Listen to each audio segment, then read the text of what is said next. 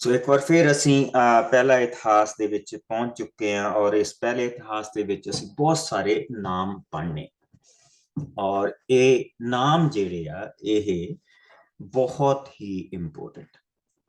ਇਸ ਦਾ ਕਾਰਨ ਇਹ ਹੈਗਾ ਕਿ ਇਹ ਇੱਕ ਉਸ ਇਨਸਾਨ ਦੀ ਸੰਤਾਨ ਆ ਸਾਰੀ ਦੀ ਸਾਰੀ ਜੋ ਸੰਤਾਨਹੀਨ ਸੀ ਔਰ ਜਿਸ ਨੂੰ ਪ੍ਰਭੂ ਨੇ ਵਾਅਦਾ ਦਿੱਤਾ ਸੀ ਕਿ ਤੇਰੀ ਸੰਤਾਨ ਰੇਤ ਦੇ ਕਿਣਕਿਆਂ ਜਿੰਨੀ ਹੋਈ। ਔਰ ਅਸੀਂ ਇਹ ਦੇਖਦੇ ਪਏ ਹਾਂ ਕਿ ਇੱਕ ਉਹ ਇਨਸਾਨ ਜਿਹੜਾ ਬੱਕਰੀਆਂ, ਭੇਡਾਂ, ਊਂਠ, ਗਧੇ ਲੈ ਕੇ ਆਇਆ ਸੀ ਇਸ ਧਰਤੀ ਤੇ ਇੱਕ ਵੇਲੇ, ਤੇ ਉਸ ਦੀ ਪਤਨੀ ਦੇ ਕੋਲ ਕੋਈ ਸੰਤਾਨ ਨਹੀਂ ਸੀ। ਉਸ ਦੀ ਆਪਣੀ ਉਮਰ 75 ਸਾਲ ਦੀ ਸੀ, ਉਸ ਦੀ ਪਤਨੀ ਦੀ ਉਮਰ 65 ਸਾਲ ਦੀ ਸੀ ਔਰ ਸਾਰੀ ਧਰਤੀ ਦੇ ਵਿੱਚੋਂ ਦੀ ਪ੍ਰਭੂ ਨੇ ਉਸ ਨੂੰ ਨਗਾਇਆ। ਸਾਰੀ ਧਰਤੀ ਪ੍ਰਭੂ ਨੇ ਉਸ ਨੂੰ ਦਿਖਾਈ। ਬੇਸਿਕਲੀ ਅਗਰ ਅਸੀਂ let me go to the maps.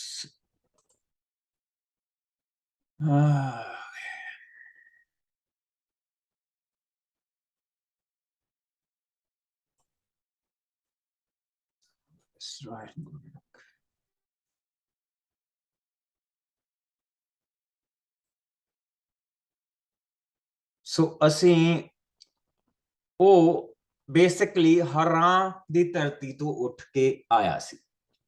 ਪ੍ਰਭੂ ਉਸ ਨੂੰ ਇੱਥੋਂ ਉਠਾ ਕੇ ਜਾਇਆ ਸੀ ਔਰ ਉਸ ਨੂੰ ਆ ਸਾਰੀ ਧਰਤੀ ਪ੍ਰਭੂ ਨੇ ਦਿਖਾਈ ਔਰ ਉਸ ਦੀ ਕੋਈ ਸੰਤਾਨ ਨਹੀਂ। ਆ ਸਾਰੇ ਇਲਾਕੇ ਪ੍ਰਭੂ ਨੇ ਉਸ ਨੂੰ ਦਿਖਾਏ। ਉਸਨੇ ਕਿਹਾ ਕਿ ਇਹ ਮੈਂ ਤੈਨੂੰ ਅਤੇ ਤੇਰੀ ਸੰਤਾਨ ਨੂੰ ਦਊਂਗਾ। ਔਰ ਮੇਰੇ ਖਿਆਲ ਦੇ ਵਿੱਚ ਉਸਨੇ ਜ਼ਿੰਦਗੀ ਦੇ ਵਿੱਚ ਵੀ ਕਦੀ ਬੇੜਾ ਨਹੀਂ ਦੇਖਿਆ ਹੋਊਗਾ ਜਿਹੜਾ ਸਮੁੰਦਰ ਦੇ ਵਿੱਚ ਚੱਲਦਾ ਹੋਏਗਾ। ਔਰ ਇੱਥੋਂ ਉਸਨੇ ਜਿਸ ਲਈ ਸਾਰਿਆਂ ਇਲਾਕਿਆਂ ਦੇ ਵਿੱਚ ਆਇਆ ਤੇ ਇਹ ਸਾਰੇ ਜਿਹੜੇ ਇਲਾਕੇ ਆ ਇਹ ਇੱਥੇ ਆ ਸਾਰੇ ਸਮੁੰਦਰੀ ਬੇਸਿਕਲੀ ਸੈਸਰੀਆ, ਪਟੋਲਮਸ, ਟਾਇਰ, ਸਿਦੋਨ, ਇਹ ਜਿੰਨੇ ਵੀ ਹੈਗੇ ਆ ਇਹ ਸਾਰੇ ਸਮੁੰਦਰੀ ਜਹਾਜ਼ਾਂ ਦੇ ਅੱਡੇ ਆ ਜਿੰਨੇ ਵੀ ਹੈਗੇ ਆ। ਇਹ ਬੜੇ ਇੰਪੋਰਟੈਂਟ ਹਿੱਸੇ ਆ। ਇਹਨਾਂ ਦੇ ਲਈ ਜੰਗਾਂ ਬਹੁਤ ਹੋਈਆਂ, ਇਹਨਾਂ ਨੂੰ ਲੈਣ ਦੇ ਲਈ, ਇਹਨਾਂ ਨੂੰ ਵਾਪਸ ਪਾਉਣ ਦੇ ਲਈ। ਫਿਰ ਉਸ ਤੋਂ ਬਾਅਦ ਜਰੂਸਲਮ ਔਰ ਫਿਰ ਸਾਰੀ ਗੱਥ ਦੀ ਧਰਤੀ, ਇਹ ਸਾਰੀ ਧਰਤੀ ਉਸ ਨੂੰ ਦਿਖਾਈ ਔਰ ਉਸ ਨੂੰ ਕਿਹਾ ਕਿ ਮੈਂ ਤੈਨੂੰ ਦਊਂਗਾ, ਤੈਨੂੰ ਔਰ ਤੇਰੀ ਸੰਤਾਨ ਨੂੰ ਦਊਂਗਾ। ਨਾ ਹੁਣ ਜਿਹੜਾ ਕੁਐਸਚਨ ਉੱਠਦਾ ਕਿ ਉਹਦੇ ਲਈ ਸੰਤਾਨ ਚਾਹੀਦੀ ਹੈ, ਉਹ ਸੰਤਾਨਹੀਨ ਹੈ। ਸੋ ਪ੍ਰਭੂ ਦਾ ਵਚਨ ਜਿਸ ਵੇਲੇ ਅਸੀਂ ਪੜ੍ਹਦੇ ਪਏ ਹਾਂ ਤੇ ਪ੍ਰਭੂ ਦਾ ਵਚਨ ਸਾਨੂੰ ਇਹ ਦੱਸਦਾ ਪਿਆ ਕਿ ਪ੍ਰਭੂ ਨੇ ਜਿਹੜਾ ਵਾਅਦਾ ਕੀਤਾ ਸੀ, ਜਿਹੜਾ ਪ੍ਰਭੂ ਨੇ ਉਸ ਦੇ ਨਾਲ ਇੱਕ ਅਹਿਦ ਬੰਨਿਆ ਸੀ ਔਰ ਲਹੂ ਦੇ ਨਾਲ ਉਹ ਅਹਿਦ ਬੰਨਿਆ ਗਿਆ ਸੀ। ਅਸੀਂ ਪਿਛਲੀ ਵਾਰੀ ਪੜ੍ਹਿਆ ਸੀ ਕਿ ਮੈਂ ਤੈਨੂੰ ਹਿੱਤੀਆਂ, ਹਮੋਰੀਆਂ, ਇਹਨਾਂ ਜਿੰਨੇ ਵੀ ਇੱਥੇ ਲੋਕ ਬਸੇ ਸੀਗੇ, ਇਹਨਾਂ ਸਾਰਿਆਂ ਦੀ ਧਰਤੀ ਤੇਰੀ ਸੰਤਾਨ ਨੂੰ ਦਊਂਗਾ। ਇਹ ਮੈਂ ਤੇਰੇ ਨਾਲ ਅਹਿਦ ਕਰਦਾ। ਔਰ ਇਹ ਜਿਹੜਾ ਅਹਿਦ ਕੀਤਾ ਗਿਆ ਸੀਗਾ ਇਹ ਲਹੂ ਔਰ ਅੱਗ ਦੇ ਨਾਲ ਕੀਤਾ ਗਿਆ ਸੀ। ਔਰ ਲਹੂ ਦੇ ਨਾਲ ਕੀਤਾ ਜਿਹੜਾ ਅਹਿਦ ਹੁੰਦਾ ਉਹ ਤੋੜਿਆ ਨਹੀਂ ਜਾ ਸਕਦਾ। ਉਹ ਅਹਿਦ ਕਰਨ ਵਾਲਾ, ਉਹ ਪ੍ਰੋਮਿਸ ਕਰਨ ਵਾਲਾ ਉਸ ਪ੍ਰੋਮਿਸ ਨੂੰ ਪੂਰਾ ਕਰਦਾ।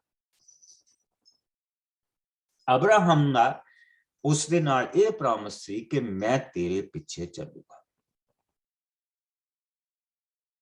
ਔਰ ਪ੍ਰਭੂ ਦਾ ਉਸ ਦੇ ਨਾਲ ਇਹ ਪ੍ਰੋਮਿਸ ਸੀ ਕਿ ਮੈਂ ਤੈਨੂੰ ਇੰਨੀ ਸੰਤਾਨ ਦਊਂਗਾ ਜੋ ਰੇਤ ਦੇ ਕਿਣਕਿਆਂ ਦੇ ਬਰਾਬਰ ਹੋਵੇਗੀ, ਕੋਈ ਗਿਣ ਨਹੀਂ ਸਕੇਗਾ।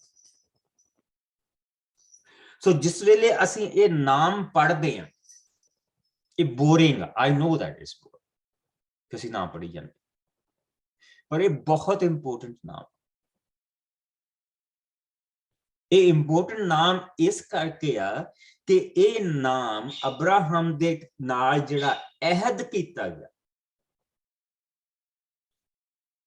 प्रभु परमेश्वर ने कीता जिहड़ा अहद कीता, ये नाम सानू ये चीज दिखाउंदे पए आ कि ओ जो साडे नाल वादा करदा ਉਹ ਇਸ ਨੂੰ ਰੱਖਣ ਦੇ ਯੋਗ ਵੀ ਆ।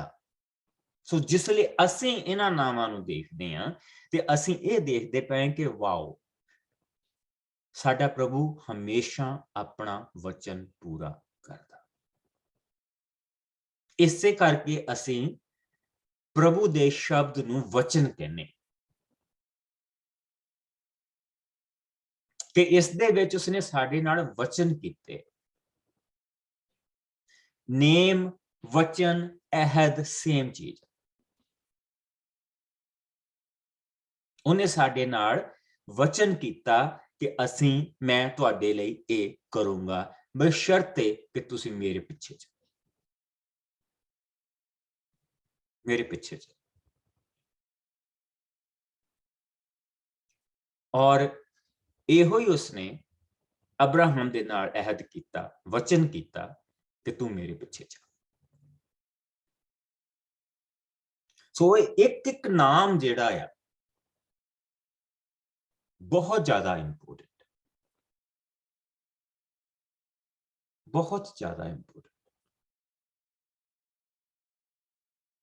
और जिस वेले जरूर है कि बहुत क्विकली इन्हां नामां दे विच दी लंघांगे। 9 चैप्टर दे विच असीं बहुता देर नहीं लावांगे।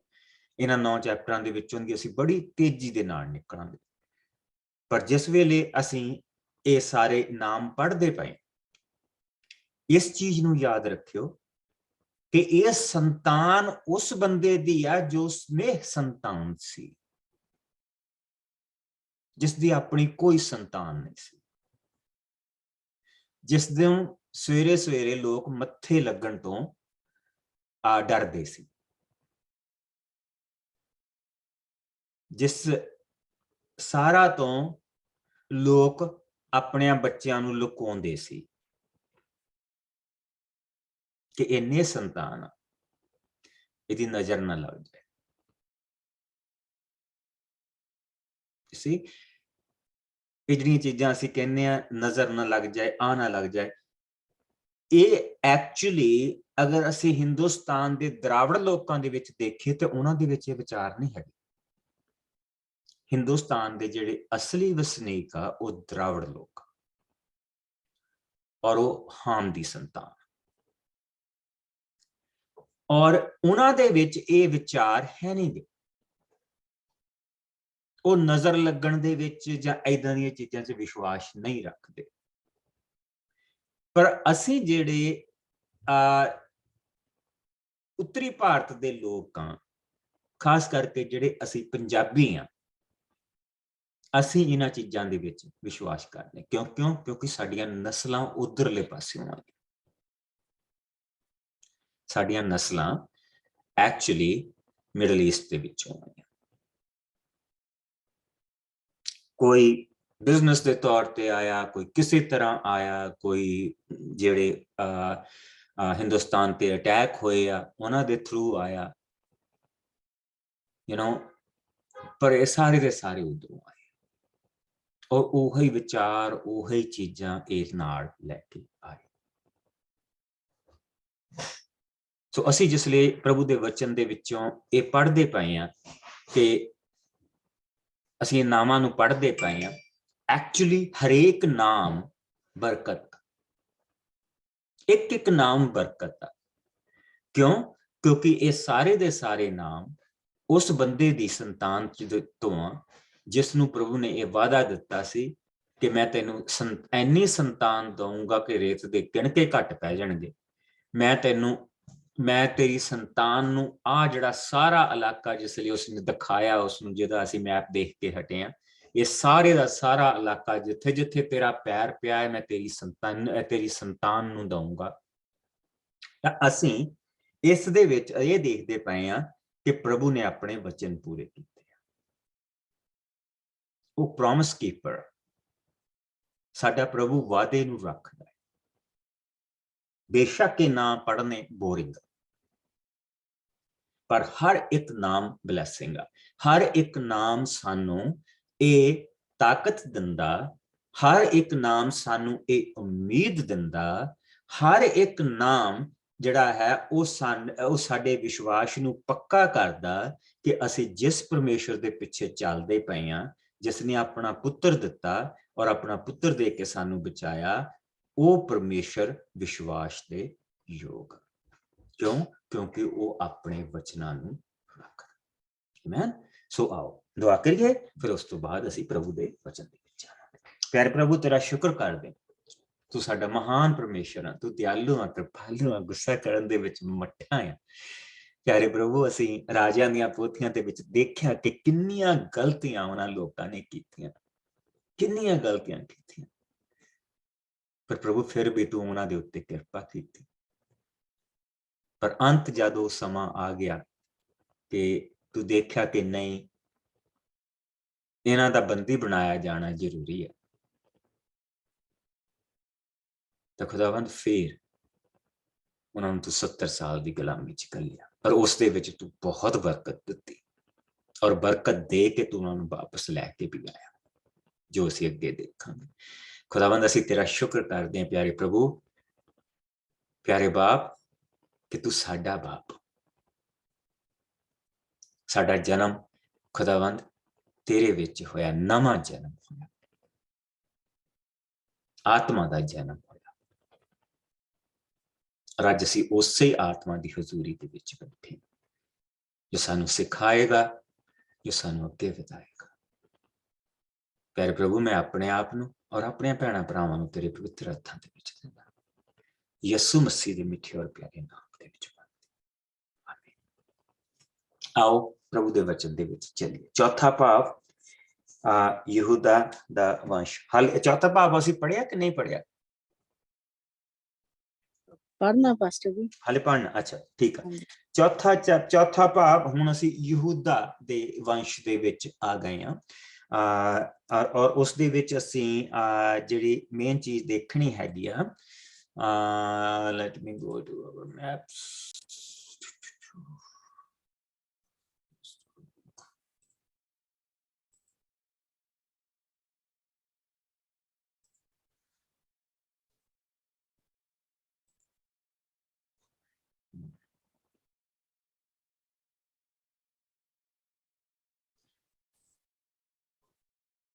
ਹੁਣ ਅਸੀਂ ਇੱਥੇ ਆਹ ਹਿੱਸਾ ਪੜ੍ਹਦੇ ਪਏ ਹਾਂ। ਯਹੂਦਾ ਦਾ ਜਿਹੜਾ ਵੰਸ਼ ਆ ਸਭ ਤੋਂ ਇੰਪੋਰਟੈਂਟ ਆ, ਕਿਉਂਕਿ ਜਿਹੜੀ ਬਲੱਡ ਲਾਈਨ ਆ, ਜਿਹੜੀ ਸਾਨੂੰ ਉਹ ਵਾਅਦੇ ਦੀ ਲਾਈਨ ਆ ਕਿ ਪ੍ਰਭੂ ਸਾਨੂੰ ਸਾਡਾ ਬਚਾਏਗਾ ਔਰ ਪ੍ਰਭੂ ਯਿਸੂ ਮਸੀਹ ਦਾ ਆਏਗਾ ਔਰ ਆਪਣਾ ਖੂਨ ਬਹਾਏਗਾ, ਉਸ ਖੂਨ ਦੇ ਨਾਲ ਸਾਡਾ ਨਿਤਾਰਾ ਹੋਏਗਾ। ਸੋ ਇਹ ਲਹੂ ਦੀ ਜਿਹੜੀ ਲਾਈਨ ਆ ਇੱਥੋਂ ਦੀ ਗੁਜ਼ਰਦੀ ਪਈ, ਔਰ ਇਸ ਕਰਕੇ ਅਸੀਂ ਸਭ ਤੋਂ ਪਹਿਲਾਂ ਯਹੂਦਾ ਦਾ ਵੰਸ਼ ਦੇਖਦੇ ਪਏ ਹਾਂ, ਕਿਉਂਕਿ ਇਜ਼ਰਾਈਲ ਜਿਹੜਾ ਸੀਗਾ, ਜਿਸ ਦਾ ਪਹਿਲਾ ਨਾਂ ਯਾਕੂਬ ਸੀ, ਯਾਕੂਬ ਦੀ ਬਲੈਸਿੰਗ ਵੀ ਉਸ ਨੂੰ ਇਹੋ ਹੀ ਸੀ ਕਿ ਰਾਜਦੰਡ ਜਿਹੜਾ ਉਹ ਯਹੂਦਾ ਦੇ ਹੱਥ ਦੇ ਵਿੱਚ ਰਹੇਗਾ। ਔਰ ਪਰ ਇਸ ਦੇ ਨਾਲ ਨਾਲ ਅਸੀਂ ਬਾਕੀਆਂ ਦੇ ਵੀ ਬਾਰੇ ਵੀ ਪੜਾਂਗੇ। ਸੋ ਅਗਲੇ ਜਿਹੜੇ 4 ਤੋਂ ਲੈ ਕੇ 9 ਚੈਪਟਰ ਤੱਕ ਆ ਵਿੱਚ ਥੋੜੀਆਂ ਸਟੋਰੀਆਂ ਅਦਰਵਾਈਜ਼ ਅਸੀਂ ਮੋਸਟਲੀ ਨਾਮ ਪੜ੍ਹਨੇ ਆ। ਸੋ ਹੁਣ ਅਸੀਂ ਯਹੂਦਾ ਦੇ ਵੰਸ਼, ਇਹਨਾਂ 12 ਦੇ ਵਿੱਚੋਂ ਸਭ ਤੋਂ ਪਹਿਲਾਂ ਅਸੀਂ ਸ਼ੁਰੂ ਕਰਨ ਲੱਗੇ ਹਾਂ ਯਹੂਦਾ ਦਾ ਵੰਸ਼। ਆਓ ਇਸ ਨੂੰ ਦੇਖੀਏ। ਚੌਥਾ ਭਾਗ, ਯਹੂਦਾ ਦਾ ਵੰਸ਼। ਯਹੂਦਾ ਦੇ ਇਹ ਪੁੱਤਰ ਸਨ, ਪਰਸ, ਹਸਰੋਨ, ਕਰਮੀ, ਹੂਰ ਤੇ ਸ਼ੋਬਾਲ। ਸ਼ੋਬਾਲ ਦਾ ਪੁੱਤਰ ਰਿਆ ਸੀ, ਰਿਆ ਦਾ ਯਹਤ, ਅਤੇ ਯਹਤ ਦੇ 2 ਪੁੱਤਰ ਅਹੁਮਈ ਤੇ ਲਹਿਤ ਸਨ। ਇਹ ਸਾਰਾਥੀ ਕੁੱਲਾਂ ਦੇ ਪੁਰਖੇ ਸਨ। ਹੂਰ ਕਾਲੇਬ ਤੇ ਉਸ ਦੀ ਪਤਨੀ ਅਫਰਾਥਾ ਦਾ ਜੇਠਾ ਪੁੱਤਰ ਸੀ, ਅਤੇ ਉਸ ਦੀ ਸੰਤਾਨ ਨੇ ਬੈਤਲਹਮ ਨਗਰ ਵਸਾਇਆ ਸੀ। ਹੂਰ ਦੇ 3 ਪੁੱਤਰ ਸਨ, ਏਟਾਮ, ਪਨੂਏਲ ਤੇ ਏਜ਼ਰ। ਏਟਾਮ ਦੇ ਵੀ 3 ਪੁੱਤਰ ਸਨ, ਜਿਜਰੀਏਲ, ਜਿਸ਼ਮਾ ਤੇ ਜਿਦਵਾਸ਼, ਅਤੇ ਇੱਕ ਪੁੱਤਰੀ ਹਸਲ ਲਪੋਨੀ ਸੀ। ਪਨੂਏਲ ਨੇ ਗਦੋਰ ਨਗਰ ਬਸਾਇਆ ਤੇ ਏਜ਼ਰ ਨੇ ਹੁਸ਼ਾ ਨਗਰ। ਅਸ਼ਹੂਰ, ਜਿਸ ਨੇ ਤਕੋਆ ਨਗਰ ਬਸਾਇਆ ਸੀ, ਉਸ ਦੀਆਂ 2 ਪਤਨੀਆਂ ਹਾਲਾ ਤੇ ਨੈਰਾ ਸੀ। ਨੈਰਾ ਤੋਂ ਅਸ਼ਹੂਰ ਦੇ ਘਰ 4 ਪੁੱਤਰ ਜੰਮੇ, ਅਹੂਜਾ, ਹੇਫਰ, ਤੇਮਨੀ, ਅਸ਼ਤਾਰੀ। ਹਾਲਾ ਨੇ ਅਸ਼ਹੂਰ ਦੇ 3 ਪੁੱਤਰ ਜੰਮੇ, ਸਰਤ, ਜਿਸਹਰ ਅਤੇ ਅਥਨਾਨ। ਕੋਸ ਦੇ 2 ਪੁੱਤਰ ਸਨ, ਅਨੂਸ ਤੇ ਸੋਬੇਤਾਰ। ਉਸ ਦੇ ਵੰਸ਼ ਵਿੱਚੋਂ ਹੀ ਹਰਮ ਦੇ ਪੁੱਤਰ ਅਹਲ ਰਹੇਲ ਦੀਆਂ ਕੁਲਾਂ ਸਨ। ਇੱਕ ਮਨੁੱਖ ਯਾਬੇਸ ਨਾਂ ਦਾ ਸੀ, ਜਿਸ ਦਾ ਲੋਕ ਉਸਦੇ ਭਰਾਵਾਂ ਨਾਲੋਂ ਅਧਿਕ ਆਦਰ ਕਰਦੇ ਸਨ। ਉਸਦੀ ਮਾਂ ਨੇ ਉਸਦਾ ਨਾਂ ਜਾਵੇਸ ਇਹ ਕਹਿ ਕੇ ਰੱਖਿਆ ਸੀ ਕਿ ਮੈਂ ਇਸ ਨੂੰ ਬਹੁਤ ਪੀੜ ਨਾਲ ਜਨਮ ਦਿੱਤਾ ਹੈ। ਪਰ ਜਾਵੇਸ ਨੇ ਇਸਰਾਇਲ ਦੇ ਪਰਮੇਸ਼ਰ ਅੱਗੇ ਪ੍ਰਾਰਥਨਾ ਕੀਤੀ, ਹੇ ਪਰਮੇਸ਼ਰ, ਤੂੰ ਮੇਰੇ ਨਾਲ ਰਹਿ ਅਤੇ ਮੇਰੇ ਉੱਤੇ ਕੋਈ ਦੁੱਖ ਮੁਸੀਬਤ ਨਾ ਆਉਣ ਦੇ ਕਿ ਮੈਨੂੰ ਪੀੜ ਨਾ ਸਹਿਣੀ ਪਵੇ। ਪਰਮੇਸ਼ਰ ਨੇ ਉਸ ਦੀ ਪ੍ਰਾਰਥਨਾ ਸੁਣ ਲਈ ਅਤੇ ਉਸ ਦੀ ਪ੍ਰਾਰਥਨਾ ਅਨੁਸਾਰ ਹੀ ਕੀਤਾ। ਕੁਛ ਕੀਤਾ। ਸੋ ਅਸੀਂ ਜਿਸ ਲਈ ਪ੍ਰਭੂ ਦੇ ਵਚਨ ਦੇ ਵਿੱਚ ਦੇਖਦੇ ਪਏ ਆ ਨਾ, ਤੇ ਸਾਨੂੰ ਇਹ ਨਾਮ ਦੱਸੇ ਗਏ, ਪਰ ਇੱਕ ਜਿਹੜਾ ਨਾਮ ਇੱਥੇ ਆਉਂਦਾ ਉਹ ਜਾਬਜ਼ ਦਾ ਆਉਂਦਾ। ਬਈ ਇੱਥੇ ਕਿਤਾਬਾਂ ਲਿਖੀਆਂ ਗਈਆਂ, book of Jabez, prayer of Jabez. It's not that important ਜਿੰਨਾ ਉਹਦੇ ਵਿੱਚ ਉਹਨੂੰ ਤਾਂ ਨੂੰ ਉਠਾ ਲਿਆ ਗਿਆ। ਇਟ ਜਸਟ ਸਿੰਪਲ ਪ੍ਰੇਅਰ ਕਿ ਪ੍ਰਭੂ ਮੈਂ ਦੁੱਖ ਮੁਸੀਬਤਾਂ ਤੋਂ ਤੂੰ ਮੈਨੂੰ ਬਚਾ ਕੇ ਰੱਖੀ। ਪ੍ਰਭੂ ਨੇ ਉਸਦੀ ਦੁਆ ਸੁਣ ਲਈ। ਸੋ ਜਿਸ ਲਈ ਇੱਥੇ ਇਹ ਆਉਂਦਾ ਹੈ, ਪ੍ਰਭੂ ਮੈਨੂੰ ਦੁੱਖ ਮੁਸੀਬਤਾਂ ਤੋਂ ਬਚਾ ਕੇ ਰੱਖੀ। ਕਈ ਟ੍ਰਾਂਸਲੇਸ਼ਨਸ ਇਸ ਤੇ ਨਿਕਲ, ਇੱਕ ਹੈਗਾ ਪ੍ਰਭੂ ਤੂੰ ਮੇਰੀਆਂ ਹੱਦਾਂ ਨੂੰ ਵਧਾ। ਸੋ ਚਰਚ ਨੇ ਉਹ ਟ੍ਰਾਂਸਲੇਸ਼ਨ ਚੁੱਕ ਲਿਆ, ਜਿਹੜੇ ਰਾਈਟਰ ਸੀਗੇ ਉਹਨਾਂ ਨੇ ਉਹ ਟ੍ਰਾਂਸਲੇਸ਼ਨ ਚੁੱਕ ਲਿਆ ਕਿ ਪ੍ਰਭੂ ਤੂੰ ਮੇਰੀਆਂ ਹੱਦਾਂ ਨੂੰ ਵਧਾ। ਬਸ ਉਹ ਲੈ ਕੇ ਵਾਟ, ਪ੍ਰਭੂ ਤੁਹਾਡੀਆਂ ਹੱਦਾਂ ਨੂੰ ਵਧਾਉਣਾ ਮੰਗਦਾ, ਤੁਸੀਂ ਉਹਦੇ ਤੋਂ ਮੰਗੋ, ਤੁਸੀਂ ਆਹ ਕਰੋ। Millions of dollar the business ਕੀਤਾ, ਮਿਲੀਅਨਸ ਆਫ ਡਾਲਰ। ਔਰ ਅੰਤ ਦੇ ਵਿੱਚ ਰਾਈਟਰ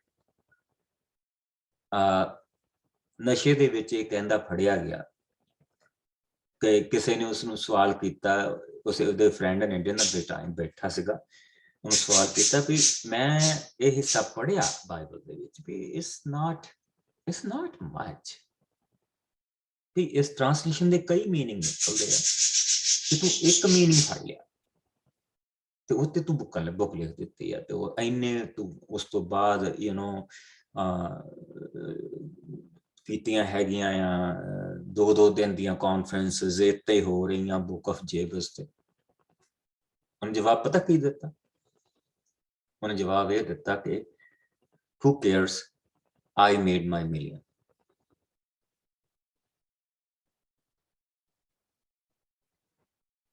ਔਰ ਇਸ ਕਰਕੇ ਨਾ ਮੈਂ ਇਹ ਨਹੀਂ ਤੁਹਾਨੂੰ ਕਹਿੰਦਾ ਕਿ ਬੁੱਕਾਂ ਨਹੀਂ ਪੜ੍ਹਨੀਆਂ ਚਾਹੀਦੀਆਂ, ਪੜ੍ਹਨੀਆਂ ਚਾਹੀਦੀਆਂ।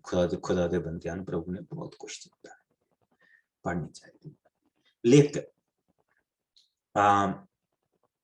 ਛੱਜ ਦੇ ਵਿੱਚ ਪਾ ਤਾਂ ਕਿ ਤੂੜੀ ਉੜ ਜਾਏ ਔਰ ਜਿਹੜੀ ਕੰਮ ਦੀ ਚੀਜ਼ ਆ ਉਹ ਕੋਲ ਰਹਿ ਜਾਏ। ਇਹ ਮੇਨ ਚੀਜ਼ ਕਿ ਅਸੀਂ ਅੰਨ ਦੇ ਨਾਲ ਤੂੜੀ ਨਹੀਂ ਖਾਣੀ।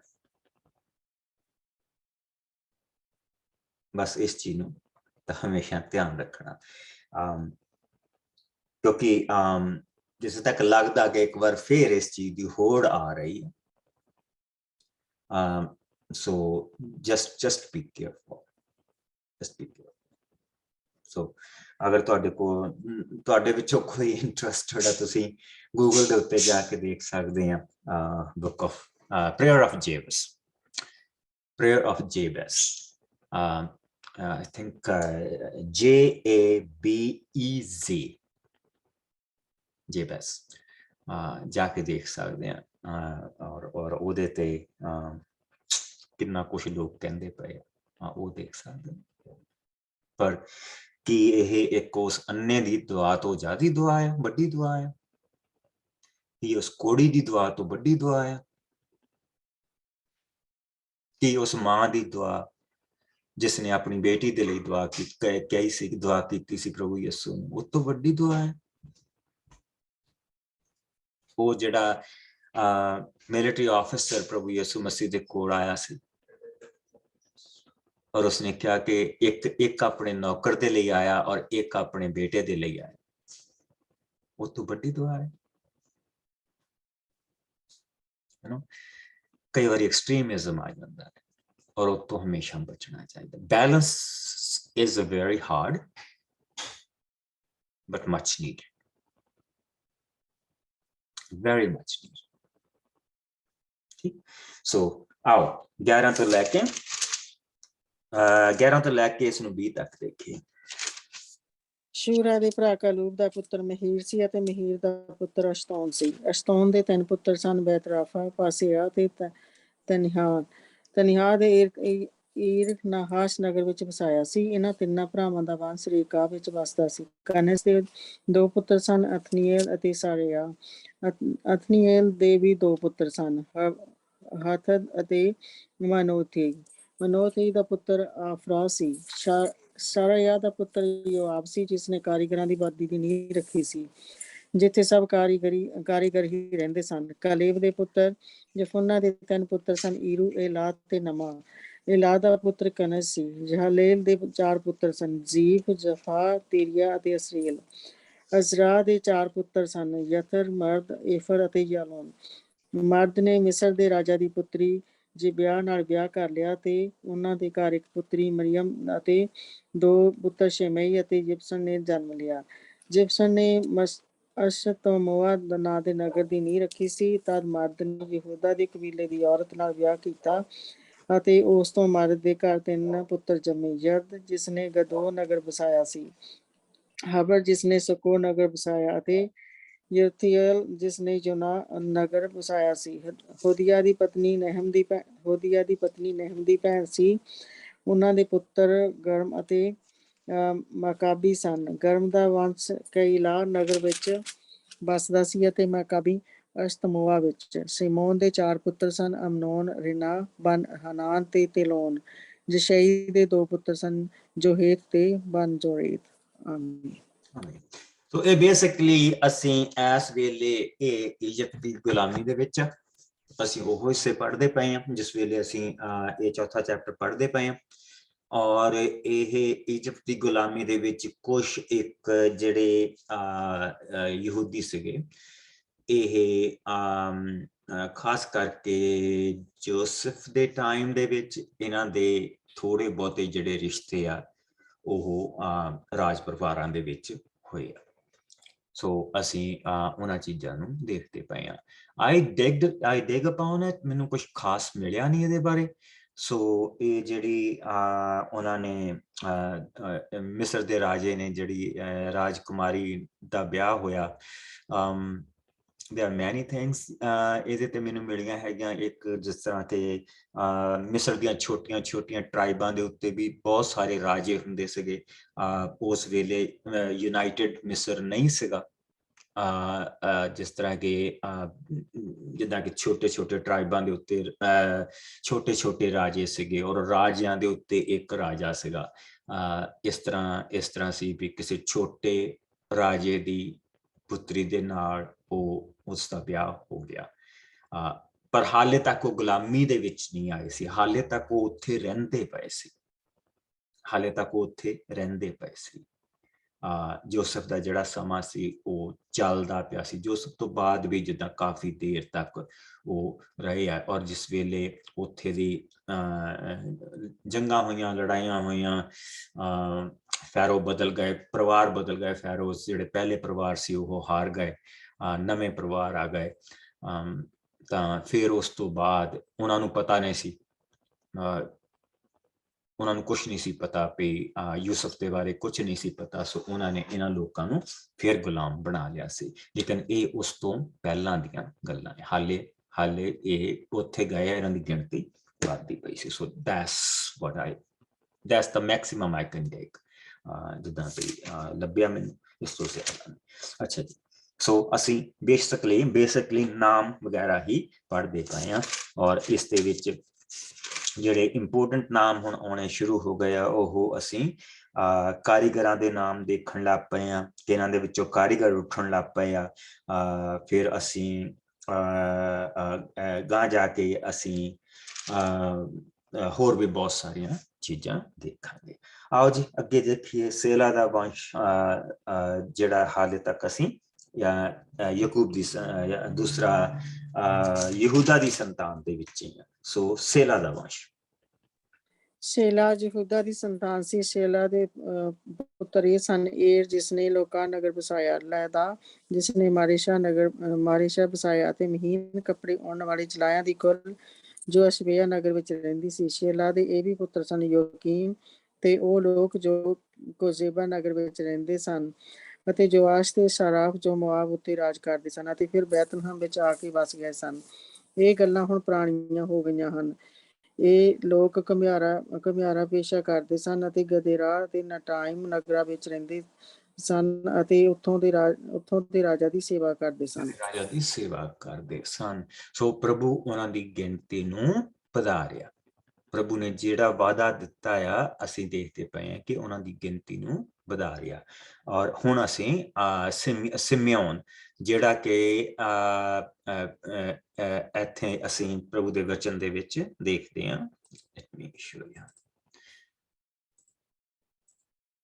ਸੋ ਹੁਣ ਅਸੀਂ ਜਿਹੜਾ ਦੂਸਰਾ ਪੁੱਤਰ ਆ, ਨੰਬਰ 2 ਦੇ ਉੱਤੇ ਜਿਸ ਦਾ ਨਾਮ ਆਉਂਦਾ ਹੈਗਾ ਸਿਮੀਅਨ, ਹੁਣ ਅਸੀਂ ਇਸ ਦੇ ਪਰਿਵਾਰ ਦਾ ਲੇਖਾ ਜਿਹੜਾ ਉਹ ਅਸੀਂ ਪੜ੍ਹਨਾ, ਔਰ ਉਸ ਦੀਆਂ 24 ਤੋਂ ਲੈ ਕੇ 43 ਆਇਤ ਤੱਕ ਅਸੀਂ ਉਸ ਦੇ ਪਰਿਵਾਰ ਦਾ ਲੇਖਾ ਪੜ੍ਹਨਾ।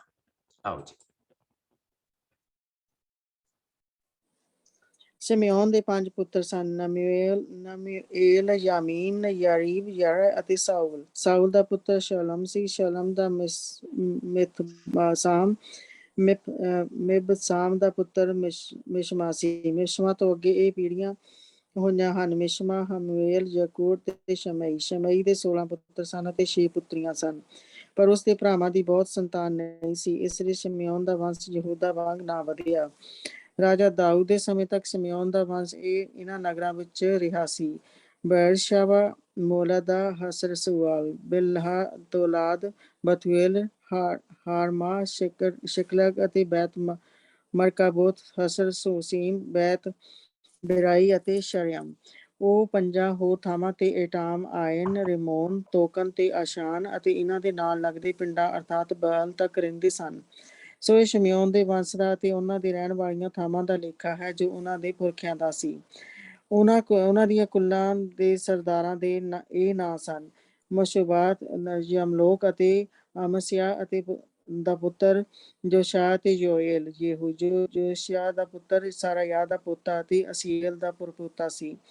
ਅਲ ਯੋਏਨਈ, ਯਕੋਬਾ, ਯਸ਼ੋਹਾਇਆ, ਯਸਿਮੀਓਏਲ, ਬਨਯਾ, ਜੀਜ਼ਾ ਜੋ ਸਫਈ ਦੇ ਪੁੱਤਰ ਅਤੇ ਉਸ ਦੇ ਬਾਕੀ ਦੇ ਪੁਰਖੇ ਤਰਤੀਬਵਾਰ ਇਸ ਤਰ੍ਹਾਂ ਸਨ: ਅਲੋਨ, ਯਦਾਇਆ, ਸਿਮਰੀ ਤੇ ਸ਼ਮਿਆਇਆ। ਉਹਨਾਂ ਦਾ ਵੰਸ਼ ਅੱਗੇ ਵਧਦਾ ਗਿਆ, ਇਸ ਲਈ ਉਹ ਪੂਰਬ ਵੱਲ ਅਤੇ ਗਦੋਰ ਦੀ ਵਾਦੀ ਤੱਕ ਵਧਦੇ ਗਏ, ਜਿੱਥੇ ਉਹ ਵਾਦੀ ਵਿੱਚ ਆਪਣੀਆਂ ਭੇਡਾਂ ਚਰਾਉਂਦੇ ਸਨ, ਜਿਸ ਵਿੱਚ ਇਹ ਨਗਰ ਬਸਿਆ ਹੋਇਆ ਸੀ। ਉੱਥੇ ਉਹਨਾਂ ਨੂੰ ਖੁੱਲ੍ਹਾ ਮੈਦਾਨ ਚਰਾਉਣ ਲਈ ਮਿਲ ਗਿਆ ਸੀ ਅਤੇ ਉਹ ਸ਼ਾਂਤੀ ਨਾਲ ਰਹਿ ਸਕਦੇ ਸਨ। ਉਹਨਾਂ ਤੋਂ ਪਹਿਲਾਂ ਉੱਥੇ ਹਾਮ ਕੁਲ ਦੇ ਲੋਕ ਰਹਿੰਦੇ ਸਨ। ਸੋ ਉੱਪਰਲੇ ਬਿਆਨ ਕੀਤੇ ਆਦਮੀ ਯਹੂਦਾ ਦੇ ਰਾਜਾ ਹਿਜ਼ਕੀਆ ਦੇ ਰਾਜਕਾਲ ਵਿੱਚ ਗਦੋਰ ਦੇ ਇਲਾਕੇ ਵਿੱਚ ਗਏ, ਅਤੇ ਉਹਨਾਂ ਨੇ ਉੱਥੋਂ ਦੇ ਅਸਲੀ ਨਿਵਾਸੀਆਂ ਦੇ ਤੰਬੂ ਤੇ ਝੁੱਗੀਆਂ ਨੂੰ ਨਾਸ਼ ਕਰ ਦਿੱਤੀਆਂ, ਤੇ ਉਹ ਆਪ ਉਹਨਾਂ ਦੀ ਥਾਂ ਪੱਕੇ ਤੌਰ ਤੇ ਉੱਥੇ ਰਹਿਣ ਲੱਗੇ। ਉੱਥੇ ਉਹਨਾਂ ਲਈ ਚਰਾਂਦਾ ਕਾਫੀ ਸਨ। ਸ਼ਿਮਯੋਨ ਕਬੀਲੇ ਦੇ 500 ਆਦਮੀ ਅਦੋਮ ਦੇ ਪੂਰਬੀ ਪਾਸੇ ਵੱਲ ਗਏ, ਅਤੇ ਉਹਨਾਂ ਦੀ ਅਗਵਾਈ ਯਸ਼ਈ ਦੇ ਇਹਨਾਂ ਪੁੱਤਰਾਂ ਨੇ ਕੀਤੀ: ਪਲਟਿਆ, ਨੇਰੀਆ, ਰਫਿਆ ਤੇ ਉਜ਼ੀਏਲ। ਉਹਨਾਂ ਨੇ ਉੱਥੇ ਬਚੇ ਹੋਏ ਅਮਾਲੇਕੀ ਲੋਕਾਂ ਨੂੰ ਕਤਲ ਕਰ ਦਿੱਤਾ, ਅਤੇ ਉਹ ਉਸ ਸਮੇਂ ਤੋਂ ਉੱਥੇ ਰਹਿ ਰਹੇ ਸਨ। ਆਮੀਨ। ਸੋ ਹੁਣ ਅਗਰ ਅਸੀਂ ਮੈਪ ਦੇ ਵਿੱਚ ਦੇਖੀਏ ਤਾਂ ਮੈਂ ਇਹ ਕੱਢੀ ਤਰ੍ਹਾਂ ਮੈਂ ਕੱਢ ਲੈਣਾ ਹੈ।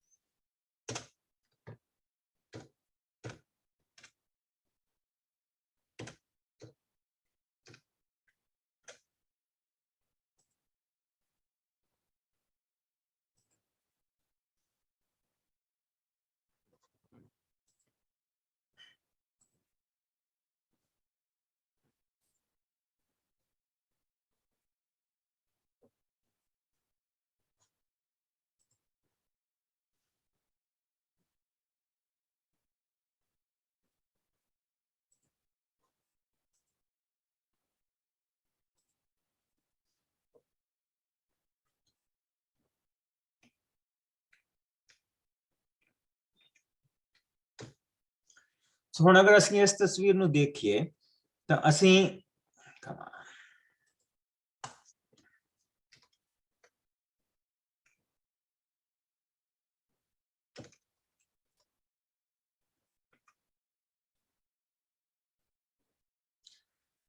ਇਹ ਸਾਰਾ ਯਹੂਦਾ ਦਾ ਇਲਾਕਾ ਅਸੀਂ ਦੇਖਦੇ ਪਏ ਆ। ਆਹ ਜਿਹੜਾ ਇਹ ਸਾਰਾ ਯਹੂਦਾ ਦਾ ਇਲਾਕਾ ਦੇਖਦੇ ਪਏ ਆ। ਆ ਵੀ ਯਹੂਦਾ ਦੇ ਕਬੀਲੇ ਨੂੰ ਸਾਰਾ ਕੁਝ ਮਿਲਿਆ, ਔਰ ਆ ਜਿਹੜਾ ਇਲਾਕਾ ਇਹ ਵੀ ਸਾਰਾ ਯਹੂਦਾ ਦੇ ਕਬੀਲੇ ਨੂੰ ਮਿਲਿਆ। ਅਮਾਲੇਕੀ ਲੋਕ ਜਿਹੜੇ ਸੀ ਉਹ ਬੇਸਿਕਲੀ ਉਹਨਾਂ ਦੇ ਕੋਲ ਇਸ ਦਰਿਆ ਦੇ ਕੰਢੇ ਕੰਢੇ ਦਾ ਇਲਾਕਾ ਸੀ। ਸੋ ਅਸੀਂ ਕੀ ਦੇਖਦੇ ਪਏ ਆ ਕਿ ਸਿਮਿਓਨ ਦਾ ਵੰਸ਼ ਜਿਹੜਾ ਸੀਗਾ ਉਹ ਇੰਨਾ ਵੱਡਾ ਨਹੀਂ ਸੀਗਾ। ਸੋ ਇਸ ਕਰਕੇ ਉਸ ਨੂੰ ਯਹੂਦਾ ਦੇ ਵਿੱਚੋਂ ਹੀ ਜਿਹੜੀ ਉਹਨਾਂ ਨੂੰ ਜ਼ਮੀਨ ਮਿਲੀ ਉਹ ਇਹਨਾਂ ਨੂੰ ਮਿਲੀ ਇੱਥੋਂ। ਲੇਕਿਨ ਰਾਜਾ ਹੈਜ਼ਕਾਇਆ ਦੇ ਸਮੇਂ ਦੇ ਵਿੱਚ ਜਾ ਕੇ ਇਹਨਾਂ ਨੇ ਆਪਣੀਆਂ ਹੱਦਾਂ ਇਧਰਲੇ ਪਾਸੇ ਅਮਾਲੇਕੀ ਲੋਕਾਂ ਦੇ ਵੱਲ ਨੂੰ ਵਧਾਉਣੀਆਂ ਸ਼ੁਰੂ ਕਰ ਦਿੱਤੀਆਂ। ਸੋ ਆਹ ਤੁਸੀਂ ਦੇਖ ਸਕਦੇ ਆ ਅਮਾਲੇਕ ਦਾ ਜਿਹੜਾ ਇਲਾਕਾ ਉਹ ਇਧਰਲੇ ਪਾਸੇ ਆ। ਇਹਨਾਂ ਨੇ ਆਪਣੀਆਂ ਜਿਹੜੀਆਂ ਹੱਦਾਂ ਸੀਗੀਆਂ ਉਹ ਇਧਰਲੇ ਪਾਸੇ ਨੂੰ ਵਧਾਉਣੀਆਂ ਸ਼ੁਰੂ ਕਰ ਦਿੱਤੀਆਂ। ਔਰ ਇਹਨਾਂ ਦੀਆਂ ਚਰਾਂਦਾਂ ਦੇ ਉੱਤੇ, ਚਰਾਂਦਾਂ ਦਾ ਕਿ ਜਿੱਥੇ ਪਾਣੀ ਉੱਥੇ ਚਰਾਂਦਾ। ਹੁਣ ਆਹ ਸਾਰਾ ਪਾਣੀ ਆ, ਆ ਜਿਹੜੇ ਇਹ ਸਾਰੇ ਦਰਿਆ ਆ, ਜਿਹੜੀਆਂ ਨੀਲੀਆਂ ਲਾਈਨਾਂ ਤੁਸੀਂ ਦੇਖਦੇ ਪਏ ਆ ਨਾ, ਇਹ ਸਾਰੇ ਦਰਿਆ ਆ। ਔਰ ਇਹ ਜਿੱਥੇ ਜਿੱਥੇ ਪਾਣੀ ਆ ਉੱਥੇ ਉੱਥੇ ਚਰਾਂਦਾ ਆ, ਕਿਉਂਕਿ ਭੇਡਾਂ ਨੂੰ ਪਾਣੀ ਪੀਣ ਨੂੰ ਚਾਹੀਦਾ, ਭੇਡਾਂ ਨੂੰ ਜਿੱਦਾਂ ਕਿ ਖਾਣ ਨੂੰ ਘਾਹ ਚਾਹੀਦਾ।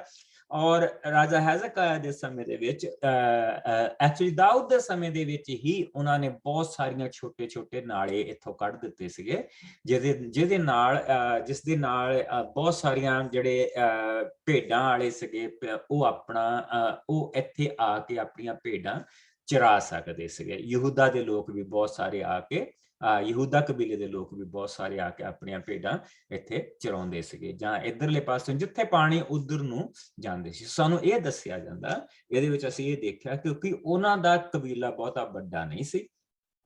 ਸੋ ਯਹੂਦਾ ਦੇ ਵਿੱਚ ਹੀ ਉਹਨਾਂ ਨੂੰ ਇਹ ਜਗ੍ਹਾ ਦੇ ਦਿੱਤੀ ਗਈ, ਪਰ ਉਹਨਾਂ ਨੇ ਰਾਜਾ ਹੈਜ਼ਕਾਇਆ ਦੇ ਸਮੇਂ ਦੇ ਵਿੱਚ ਉਹਨਾਂ ਨੇ ਆਪਣਾ ਇਲਾਕਾ ਇਧਰਲੇ ਪਾਸੇ ਨੂੰ ਹੋਰ ਵਧਾ ਲਿਆ। ਸੋ ਦੈਟਸ ਵਾਟ ਇਹ ਅਸੀਂ ਪ੍ਰਭੂ ਦੇ ਵਚਨ ਦੇ ਵਿੱਚ ਦੇਖਦੇ ਪਏ ਹਾਂ। ਰੂਬੇਨ ਦਾ ਵੰਸ਼, ਹੁਣ ਜਿਹੜਾ ਉਸਦਾ ਸਭ ਤੋਂ ਵੱਡਾ ਪੁੱਤਰ ਸੀਗਾ ਰੂਬੇਨ, ਉਸਦੇ ਵੰਸ਼ ਨੂੰ ਅਸੀਂ ਦੇਖਦੇ ਹਾਂ। ਔਰ ਹੁਣ ਇੱਥੇ ਫਟਾਫਟ ਗਾਦ ਦਾ ਵੰਸ਼, ਲੇਵੀ ਦਾ ਵੰਸ਼, ਲੇਵੀ ਦੇ ਵੰਸ਼ ਦੇ ਵਿੱਚ ਥੋੜਾ ਜਿਹਾ ਸਮਾਂ ਬਚਾਉਣਾ ਕਿਉਂਕਿ ਉਹ ਪੁਰੋਹਿਤ ਉਹਨਾਂ ਦੇ ਵਿੱਚੋਂ ਪੁਰੋਹਿਤ ਮਹਾਂਪੁਰੋਹਿਤ ਹੋਏ ਆ। ਸੋ ਉੱਥੇ ਥੋੜਾ ਜਿਹਾ ਸਮਾਂ ਲੱਗਣਾ, ਲੇਕਿਨ ਅਦਰ ਦੈਨ ਦੈਟ ਹੁਣ ਅਸੀਂ ਬੜੀ ਤੇਜ਼ੀ ਦੇ ਨਾਲ ਇਹਨਾਂ ਦੇ ਵਿੱਚੋਂ ਦੀ ਨਿਕਲਣਾ। ਸੋ ਆਓ ਪੰਜਵਾਂ ਭਾਗ ਉਸ ਦੀਆਂ ਪਹਿਲੀਆਂ 10 ਆਇਤਾਂ ਦੇਖੀਏ। ਮੈਂ ਪੜ੍ਹਦੀ ਹਾਂ। ਯਾਕੂਬ ਦਾ ਜੇਠਾ ਪੁੱਤਰ ਰੂਬੇਨ ਸੀ, ਪਰ ਰੂਬੇਨ ਨੇ ਆਪਣੇ ਪਿਤਾ ਦੀ ਇੱਕ ਰਖੇਲ ਨਾਲ ਸੰਗ ਕੀਤਾ ਸੀ, ਇਸ ਲਈ ਉਸਦੇ ਜੇਠੇ ਹੋਣ ਦਾ ਹੱਕ ਯੂਸਫ ਨੂੰ ਮਿਲ ਗਿਆ ਸੀ। ਯਹੂਦਾ ਦਾ ਵੰਸ਼ ਸਭ ਤੋਂ ਅਧਿਕ ਸ਼ਕਤੀਸ਼ਾਲੀ ਨਿਕਲਿਆ ਅਤੇ ਉਸ ਦੇ ਵਿੱਚੋਂ ਰਾਜਾ ਨਿਕਲਿਆ ਸੀ, ਪਰ ਫਿਰ ਜੇਠੇ ਦਾ ਹੱਕ ਯੂਸਫ ਕੋਲ ਹੀ ਰਿਹਾ। ਰੂਬੇਨ ਦੇ 4 ਪੁੱਤਰ ਸਨ, ਹਨੋਕ, ਫਲੂ, ਹਸਰੋਨ ਤੇ ਕਰਮੀ। ਜੋਏਲ ਦੀਆਂ ਅਗਲੀਆਂ ਪੀੜ੍ਹੀਆਂ ਇਸ ਤਰ੍ਹਾਂ ਸਨ: ਸ਼ਮਾਇਆ, ਗੋਗ, ਸ਼ਿਮei, ਮੀਕਾ, ਰਅਯਾ, ਬਾਆਲ ਅਤੇ ਬੇਰਾ ਜੋ ਆਪਣੇ ਕਬੀਲੇ ਦਾ ਆਗੂ ਸੀ, ਨੂੰ ਅਸੂਰ ਦਾ ਰਾਜਾ ਤਿਗਲਤ ਪਿਲਨ ਅਸਰ ਬੰਦੀ ਬਣਾ ਕੇ ਅਸ਼ੂਰ ਵਿੱਚ ਲੈ ਗਿਆ ਸੀ।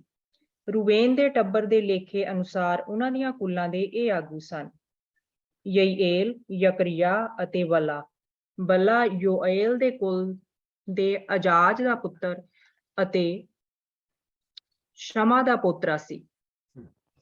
ਇਹ ਅਰੋਏਰ ਦੇ ਇਲਾਕੇ ਅਤੇ ਨਵੋ ਤੋਂ ਲੈ ਕੇ ਬਿਆਲ ਮਯੂਨ ਤੱਕ ਵਸਦੇ ਸਨ। ਉਹਨਾਂ ਦੇ ਕੋਲ ਗਿਲਿਆਦ ਵਿੱਚ ਪਸ਼ੂ ਸਨ, ਇਸ ਲਈ ਉਹਨਾਂ ਨੇ ਪੂਰਬ ਵਿੱਚ ਸਾਰੇ ਅਰਥਾਤ ਉਜਾੜ ਵਿੱਚ ਫਰਾਤ ਦਰਿਆ ਤੱਕ ਦੇ ਇਲਾਕੇ ਉੱਤੇ ਅਧਿਕਾਰ ਕੀਤਾ ਹੋਇਆ ਸੀ। ਰਾਜਾ ਸਾਉਲ ਦੇ ਰਾਜ ਕਾਲ ਵਿੱਚ ਰੂਬੇਨ ਕਬੀਲੇ ਦੇ ਲੋਕਾਂ ਨੇ ਹੰਗਰੀ ਲੋਕਾਂ ਉੱਤੇ ਹੱਲਾ ਕਰਕੇ ਉਹਨਾਂ ਨੂੰ ਮਾਰ ਦਿੱਤਾ ਸੀ ਅਤੇ ਉਹਨਾਂ ਦੇ ਗਿਲਿਆਦ ਦੇਸ਼ ਦੇ ਪੂਰਬੀ ਪਾਸੇ ਉੱਤੇ ਅਧਿਕਾਰ ਕਰਕੇ ਉੱਥੋਂ ਆਪ ਵਸ ਗਏ ਸਨ। ਆਪ ਵਸ ਗਏ ਸੀ। ਸੋ ਹੁਣ ਅਸੀਂ ਦੇਖਣ ਲੱਗ ਪਏ ਹੈਗੇ ਆ, ਅਸੀਂ ਯਹੂਦਾ ਕਿਸ ਇਲਾਕੇ ਦੇ ਵਿੱਚ ਬਸਿਆ ਸੀ ਉਹ ਦੇਖ ਲਿਆ, ਸ਼ਾਮੇਨ ਦਾ ਕਬੀਲਾ ਕਿਸ ਇਲਾਕੇ ਦੇ ਵਿੱਚ ਬਸਿਆ ਸੀ ਅਸੀਂ ਉਹ ਦੇਖ ਲਿਆ। ਹੁਣ ਅਸੀਂ ਦੇਖਣਾ ਕਿ ਜਿਹੜਾ ਰੂਬੇਨ ਦਾ ਜਿਹੜਾ ਵੰਸ਼ ਆ, ਬੇਸ਼ੱਕ ਇਹ ਸ਼ਰਾਪਤ ਵੰਸ਼ ਆ, ਲੇਕਿਨ ਫਿਰ ਵੀ ਪ੍ਰਭੂ ਨੇ ਦਇਆ ਕੀਤੀ, ਫਿਰ ਵੀ ਪ੍ਰਭੂ ਨੇ ਇਹਨਾਂ ਨੂੰ ਰਹਿਣ ਦੇ ਲਈ ਜਗ੍ਹਾ ਦਿੱਤੀ, ਇਹਨਾਂ ਦੇ ਹਿੱਸੇ ਦੀ ਜ਼ਮੀਨ ਇਹਨਾਂ ਨੂੰ ਮਿਲੀ ਆ। ਔਰ ਇੱਥੇ ਇਹ ਦੱਸਿਆ ਗਿਆ ਕਿ ਅਸੂਰ ਦਾ ਰਾਜਾ ਇਹਨਾਂ ਨੂੰ ਬੰਦੀ ਬਣਾ ਕੇ ਲੈ ਕੇ ਗਿਆ ਸੀ। ਉਹ ਅਸੀਂ ਆਉਣ ਵਾਲੇ ਸਮਿਆਂ ਦੇ ਵਿੱਚ ਦੁਬਾਰਾ ਫਿਰ ਦੇਖਣਾ, ਜਿਸ ਲਈ ਅਸੂਰ ਦੇ ਰਾਜੇ ਬਾਰੇ ਅਸੀਂ ਦੁਬਾਰਾ ਫਿਰ ਪੜ੍ਹਨਾ। ਸੋ ਅਗਰ ਅਸੀਂ ਦੇਖੀਏ ਤਾਂ ਜਿਹੜਾ ਰੂਬੇਨ ਦਾ ਜਿਹੜਾ ਕਬੀਲਾ ਆ ਉਹ ਇੱਥੇ ਬਸ ਗਿਆ ਸੀ।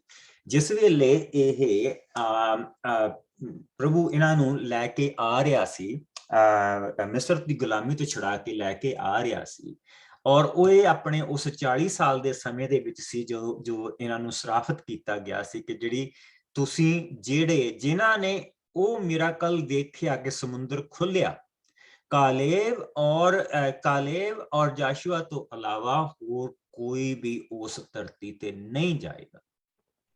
ਲੇਕਿਨ ਮੂਸਾ ਨੇ ਜਿਹੜੇ ਇਲਾਕੇ ਸੀਗੇ, ਇਹ ਸਾਰੇ ਇਲਾਕੇ ਮੂਸਾ ਨੇ ਜਿੱਤ ਲਏ ਸੀ। ਆਹ ਜੋਰਡਨ ਰਿਵਰ ਹੈ, ਜਰਦਨ ਦਰਿਆ ਆਹ ਹੈ। ਸੋ ਵਾਅਦੇ ਦੀ ਧਰਤੀ ਐਕਚੁਅਲੀ ਇਧਰਲੇ ਪਾਸਿਓਂ ਸ਼ੁਰੂ ਹੋਣੀ ਸੀ। ਜਰਦਨ ਦੇ ਦੂਜੇ ਪਾਸੇ ਜਿਹੜਾ ਧਰਤੀ ਸੀਗੀ ਉਹ ਇਹਨਾਂ ਨੂੰ ਦਿੱਤੀ ਗਈ ਸੀ। ਲੇਕਿਨ ਕਿਉਂਕਿ ਇਹ ਜਗ੍ਹਾ ਜਗ੍ਹਾ ਭਟਕਦੇ ਫਿਰਦੇ ਸੀਗੇ ਤੇ ਪ੍ਰਭੂ ਨੇ ਫਿਰ ਵੀ ਇਹਨਾਂ ਦੀ ਭਟਕਣ ਦੇ ਉੱਤੇ ਇਹਨਾਂ ਦੇ ਉੱਤੇ ਰਹਿਮ ਕੀਤਾ ਸੀ। ਔਰ ਇਹ ਜਿਹੜੇ ਇਲਾਕੇ ਆ ਇਹਨਾਂ ਦੇ ਉੱਤੇ ਪ੍ਰਭੂ ਨੇ ਇਹਨਾਂ ਨੂੰ ਜਿੱਤ ਦਿੱਤੀ ਸੀ। ਸੋ ਅਸੀਂ ਦੇਖ ਸਕਦੇ ਹਾਂ ਕਿ ਅਗੇਨ ਇੱਥੇ ਅਸੀਂ ਦਰਿਆ ਦੇਖ ਰਹੇ ਹਾਂ, ਅਸੀਂ ਇਧਰਲੇ ਪਾਸੇ ਪਾਣੀ ਦੇਖਦੇ ਪਏ ਹਾਂ, ਇਧਰਲੇ ਪਾਸੇ ਬਾਸ਼ਾਨ ਦੇ ਇਲਾਕੇ ਦੇ ਵਿੱਚ ਅਸੀਂ ਪਾਣੀ ਦੇਖਦੇ ਪਏ ਹਾਂ। ਸੋ ਪ੍ਰਭੂ ਨੇ ਇਹਨਾਂ ਦੇ ਉੱਤੇ ਰਹਿਮ ਕੀਤੀ ਸੀ। ਔਰ ਇਹਨਾਂ ਨੇ ਜਿਸਲੇ ਜਰਦਨ ਦਰਿਆ ਦੇ ਦੂਜੇ ਪਾਸੇ ਪ੍ਰਭੂ ਨੇ ਰਸਤਾ ਖੋਲਿਆ ਸੀ ਤਾਂ ਰੂਬੇਨ ਦੇ ਕਬੀਲੇ ਨੇ ਇਹ ਕਿਹਾ ਸੀਗਾ ਕਿ ਤੁਸੀਂ ਸਾਨੂੰ ਇੱਥੇ ਰਹਿਣ ਦਿਓ, ਅਸੀਂ ਇੱਥੇ ਹੀ ਵਸਣਾ ਮੰਗਦੇ ਹਾਂ, ਤੁਸੀਂ ਦੂਜੇ ਪਾਸੇ ਚਲ ਜਾਓ। ਤੇ ਵਾਅਦਾ ਗੱਲ ਇਹ ਹੋਈ ਸੀਗੀ ਕਿ ਅਗਰ ਅਸੀਂ ਦੂਜੇ ਪਾਸੇ ਗਏ ਤਾਂ ਤੁਸੀਂ ਆਪਣੇ ਲੜਾਕੂ ਸਾਡੇ ਨਾਲ ਘੱਲੋਗੇ। ਸੋ ਉਹਨਾਂ ਨੇ ਉਹ ਲੜਾਕੂ ਘੱਲ ਦਿੱਤੇ। ਸੋ ਉਸ ਤੋਂ ਬਾਅਦ ਜਿਹੜੇ ਅਸੀਂ ਦੇਖਦੇ ਪਏ ਹਾਂ ਕਿ ਰੂਬੇਨ ਦੇ ਆਪਣੇ ਇਲਾਕੇ ਸੀ, ਲੇਕਿਨ ਇਹਨਾਂ ਨੇ ਆਪਣੇ ਆਲੇ ਦੁਆਲੇ ਦੇ ਇਲਾਕਿਆਂ ਦੇ ਉੱਤੇ ਵੀ ਕਬਜ਼ਾ ਕਰਨਾ ਸ਼ੁਰੂ ਕਰ ਦਿੱਤਾ। ਔਰ ਜਿੱਦਾਂ ਮੋਸਟਲੀ ਕਿਹੜਿਆਂ ਇਲਾਕਿਆਂ ਨੂੰ ਪੈਂਦੇ ਹੁੰਦੇ ਸੀ? ਪਾਣੀ ਵਾਲੇ ਇਲਾਕਿਆਂ, ਜਿਹੜੇ ਪਾਣੀ ਵਾਲੇ ਇਲਾਕੇ ਆ ਇਹਨਾਂ ਨੂੰ ਪੈਂਦੇ ਹੁੰਦੇ ਸੀਗੇ, ਕਿਉਂਕਿ ਇੱਥੇ ਘਾਹ ਹੁੰਦਾ ਸੀ, ਇੱਥੇ ਭੇਡਾਂ ਦੇ ਪੀਣ ਦੇ ਲਈ ਪਾਣੀ ਹੁੰਦਾ ਸੀਗਾ, ਔਰ ਇਹ ਸਾਰੀਆਂ ਚੀਜ਼ਾਂ ਹੁੰਦੀਆਂ ਸੀ।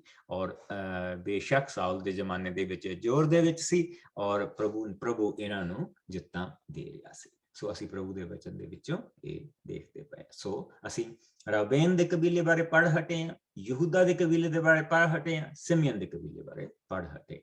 ਔਰ ਸਾਨੂੰ ਪਤਾ ਕਿ ਇਹ 12 ਕਬੀਲੇ ਪ੍ਰਭੂ ਦੀ ਬਰਕਤ ਦੇ ਨਾਲ ਉਸ ਵਾਅਦੇ ਦੇ ਕਰਕੇ ਮਿਲੇ ਜੋ ਅਬਰਾਹਮ ਦੇ ਨਾਲ ਕੀਤਾ ਗਿਆ ਸੀ, ਔਰ ਪ੍ਰਭੂ ਆਪਣੇ ਵਾਅਦਿਆਂ ਨੂੰ ਰੱਖਦਾ। ਸੋ ਅਸੀਂ ਇਹ ਦੇਖਦੇ ਪਏ ਹਾਂ ਕਿ ਮੇਰਾ ਖਿਆਲ ਹੈ ਕਿ ਅਬਰਾਹਮ ਨੇ ਕਦੀ ਰੂਬੇਨ, ਗਾਦ, ਮਨੱਸੇ, ਅਫਰੈਮ, ਬਿਨਯਾਮਿਨ, ਦਾਨ, ਯਹੂਦਾ, ਸਿਮਯਨ ਇਹ ਕਦੀ ਸੁਣਿਆ ਵੀ ਨਹੀਂ ਹੋਣਾ, ਲੇਕਿਨ ਇਹ ਉਸ ਦੀਆਂ ਸੰਤਾਨਾਂ ਦੇ ਨਾਮ, ਇਹ ਉਸਦੇ ਬੱਚਿਆਂ ਦੇ ਨਾਮ।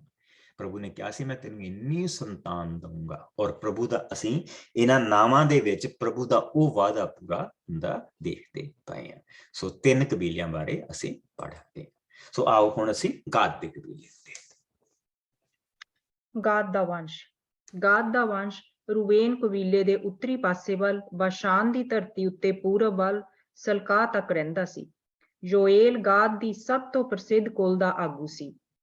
ਉਸ ਤੋਂ ਪਿੱਛੋਂ ਸ਼ਾਫਾਨ ਦਾ ਕਬੀਲਾ ਸੀ ਅਤੇ ਯਅਨਈ ਤੇ ਸ਼ਾਫਾਨ ਬਾਸ਼ਾਨ ਵਿੱਚ ਬਸਿਆ ਬਾਕੀ ਦੀਆਂ ਕੁੱਲਾਂ ਦੇ ਆਗੂ ਸਨ। ਗਾਦ ਕਬੀਲੇ ਦੇ ਬਾਕੀ ਦੇ ਲੋਕਾਂ ਦਾ ਸੰਬੰਧ ਇਹਨਾਂ 7 ਕੁੱਲਾਂ ਨਾਲ ਸੀ: ਮਿਕਾਇਲ, ਮਸ਼ੁਲਾਮ, ਸ਼ਵਾ, ਯੋਰੇਈ, ਯਅਕਾਨ, ਜ਼ੀਆ ਤੇ ਏਬਰ। ਇਹ ਸਭ ਅਵੀਯਲ ਦੇ ਪੁੱਤਰ ਸਨ, ਜਿਸ ਦੇ ਪਿਛਲੇ ਵੰਸ਼ ਦਾ ਲੇਖਾ ਇਸ ਤਰ੍ਹਾਂ ਨਾਲ ਸੀ। ਅਵੀਯਲ, ਹੂਰੀ, ਯਰੋਆ, ਗਿਲਆਦ, ਮਿਕਾਇਲ, ਜਸ਼ੀਸ਼ਈ, ਯਰਦੋ ਤੇ ਬੁਜ਼। ਅਬਦੀਲ ਪੁੱਤਰ ਅਤੇ ਗੁੰਨੀ ਦੇ ਪੁੱਤਰਾਂ ਇਹੀ ਇਹਨਾਂ ਕੁੱਲਾਂ ਦਾ ਆਗੂ ਸੀ। ਉਹ ਬਾਸ਼ਾਨ ਤੇ ਗਿਲਿਆਦ ਦੇ ਇਲਾਕਿਆਂ ਵਿੱਚ ਰਹਿੰਦੇ ਸਨ, ਜਿੱਥੇ ਹਰ ਪਾਸੇ ਚਰਾਂਦਾ ਸਨ। ਇਹ ਕੁੱਲਾਂ ਦਾ ਲੇਖਾ ਯਹੂਦਾ ਦਾ ਰਾਜਾ ਯੋਥਾਮ ਅਤੇ ਇਜ਼ਰਾਇਲ ਦੇ ਰਾਜਾ ਯਾਰਾਬੁਆਮ ਦੇ ਰਾਜਕਾਲ ਵਿੱਚ ਲਿਖਿਆ ਗਿਆ ਸੀ। ਪੂਰਬੀ ਕਬੀਲਿਆਂ ਦੀ ਸੈਨਾ। ਰੂਬੇਨ, ਗਾਦ ਅਤੇ ਮਨੱਸ਼ਾ ਦੇ ਅੱਧੇ ਕਬੀਲੇ ਦੀ ਸੈਨਾ ਦੀ ਗਿਣਤੀ 44,760 ਸੀ। ਉਹਨਾਂ ਦੀ ਸੈਨਾ ਦਾ ਹਰ ਆਦਮੀ ਸੂਰਮਾ, ਢਾਲ ਤੇ ਤਲਵਾਰ ਚਲਾਉਣ ਵਿੱਚ ਨਿਪੁੰਨ ਅਤੇ ਚੰਗਾ ਤੀਰ ਅੰਦਾਜ਼ ਸੀ।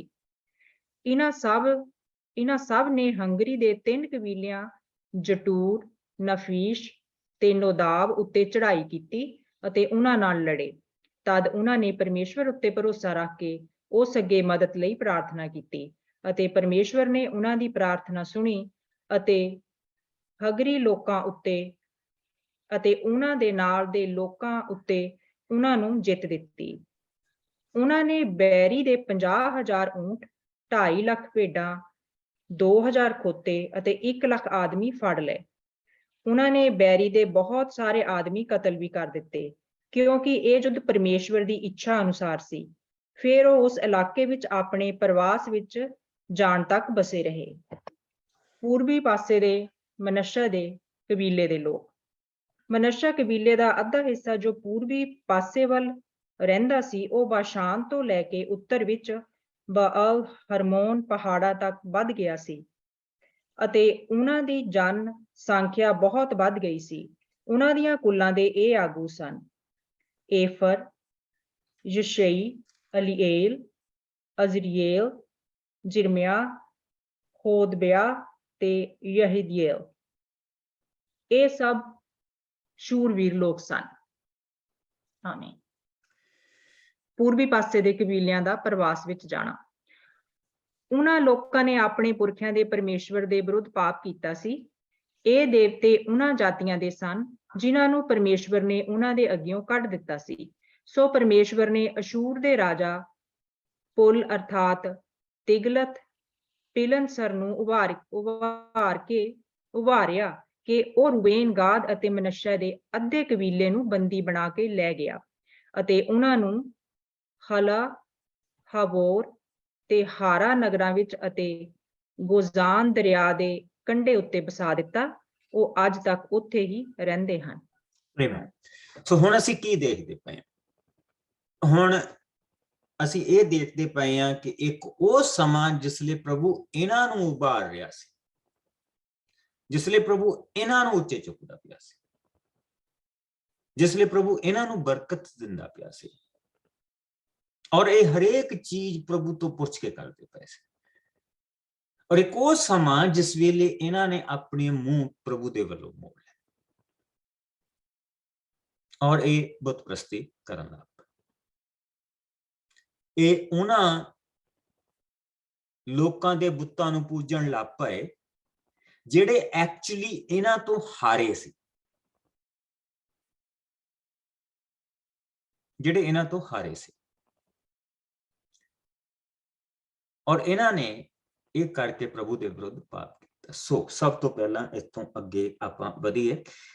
ਲੈਸੀ ਆਓ ਆਪਣਾ ਮੈਪ ਅਸੀਂ ਦੁਆਰਾ ਦੇਖੀਏ। ਅਸੀਂ ਹੁਣ ਇੱਥੇ ਗਾਦ ਦੇ ਕਬੀਲੇ ਨੂੰ ਦੇਖਦੇ ਪਏ ਔਰ ਮਨੱਸੇ ਦੇ ਕਬੀਲੇ ਦੀ ਥੋੜੀ ਜਿਹੀ ਗੱਲ ਹੋਈ। ਸੋ ਕੀ ਇੱਥੇ ਸਾਨੂੰ ਮੇਨ ਚੀਜ਼ ਉਹ ਕੀ ਦਿਖਾਉਂਦਾ ਪਿਆ? ਇੱਥੇ ਸਾਨੂੰ ਉਹ ਮੇਨ ਚੀਜ਼ ਇਸ ਇਲਾਕੇ ਦੀ ਦਿਖਾਉਂਦਾ ਪਿਆ।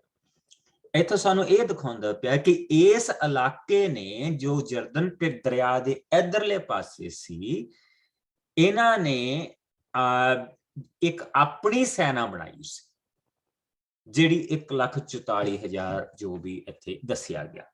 ਔਰ ਉਹ ਸੈਨਾ ਨਿਪੁੰਨ ਸੈਨਾ ਸੀ ਔਰ ਫਿਰ ਉਸ ਤੋਂ ਬਾਅਦ ਅਸੀਂ ਕੀ ਦੇਖਦੇ ਪਏ ਹਾਂ ਕਿ ਬੇਸਿਕਲੀ ਉਹਨਾਂ ਨੇ ਇਹਨਾਂ ਇਲਾਕਿਆਂ ਦੇ ਉੱਤੇ, ਆਪਣੇ ਨਾਲ ਦੇ ਇਲਾਕਿਆਂ ਦੇ ਉੱਤੇ, ਬਸ਼ਾਨ ਦੇ ਉੱਤੇ ਬੇਸਿਕਲੀ ਜਿਸਲੇ ਵੀ ਤੁਸੀਂ ਹਮਲੇ ਹੁੰਦੇ ਦੇਖੋਗੇ ਉਹ ਹਮੇਸ਼ਾ ਪਾਣੀ ਵਾਲੇ ਇਲਾਕਿਆਂ ਦੇ ਹੁੰਦੇ ਦੇਖੋਗੇ। ਜਿੱਥੇ ਜਿੱਥੇ ਪਾਣੀ ਆ ਉਧਰ ਨੂੰ ਉਹਨਾਂ ਨੇ ਵਧਣਾ ਆ, ਉਹਨਾਂ ਇਲਾਕਿਆਂ ਨੂੰ ਆਪਣੇ ਹੱਥਾਂ ਦੇ ਵਿੱਚ ਕਰਨ ਦੀ ਕੋਸ਼ਿਸ਼ ਕਰਨੀ। ਸੋ ਪ੍ਰਭੂ ਨੇ ਉਹਨਾਂ ਇਸ ਤੋਂ ਇਲਾਵਾ ਵੀ ਇਹਨਾਂ ਨੂੰ ਜਿੱਤਾਂ ਦੇਣੀਆਂ ਸ਼ੁਰੂ ਕਰ ਦਿੱਤੀਆਂ। ਔਰ ਹਗਰੀ ਦਾ ਹਗਰੀ ਜਿਹੜਾ ਉੱਥੇ ਲੋਕ ਰਹਿੰਦੇ ਸੀ, ਉਹ ਹਾਮ ਕਬੀਲੇ ਦਾ ਇੱਕ ਗਰੁੱਪ ਸੀਗਾ, ਉਸ ਨੂੰ ਪ੍ਰਭੂ ਨੇ ਆਪਣੇ ਅੱਗਿਓਂ ਕੱਢ ਦਿੱਤਾ। ਪ੍ਰਭੂ ਨੇ ਜਿੱਤ ਇਹਨਾਂ ਨੂੰ ਪ੍ਰਭੂ ਨੇ ਦਿੱਤੀ। ਔਰ ਜਿੱਥੋਂ ਅਸੀਂ ਇਹ ਦੇਖਦੇ ਪਏ ਹਾਂ ਕਿ ਇਹ ਕਾਫੀ ਜਿੱਤ ਦਾ ਮਾਲ ਲੈ ਕੇ ਵੀ ਆਏ ਔਰ ਅੱਗੇ ਨਾਲੋਂ ਵੀ ਤਕੜੇ ਹੋ ਗਏ। ਲੇਕਿਨ ਫਿਰ ਉਸ ਤੋਂ ਉਲਟ ਸਾਨੂੰ ਦੱਸਿਆ ਗਿਆ ਕਿ ਇਹਨਾਂ ਨੇ ਜਿਸ ਲਈ ਪ੍ਰਭੂ ਦੇ ਅੱਗੇ ਪ੍ਰਭੂ ਨੂੰ ਛੱਡ ਕੇ ਬੁੱਤ ਪ੍ਰਸਤੀ ਕਰਨੀ ਸ਼ੁਰੂ ਕਰ ਦਿੱਤੀ, ਤਾਂ ਫਿਰ ਪ੍ਰਭੂ ਨੇ ਅਸੂਰ ਦੇ ਰਾਜੇ ਨੂੰ ਉਠਾਇਆ।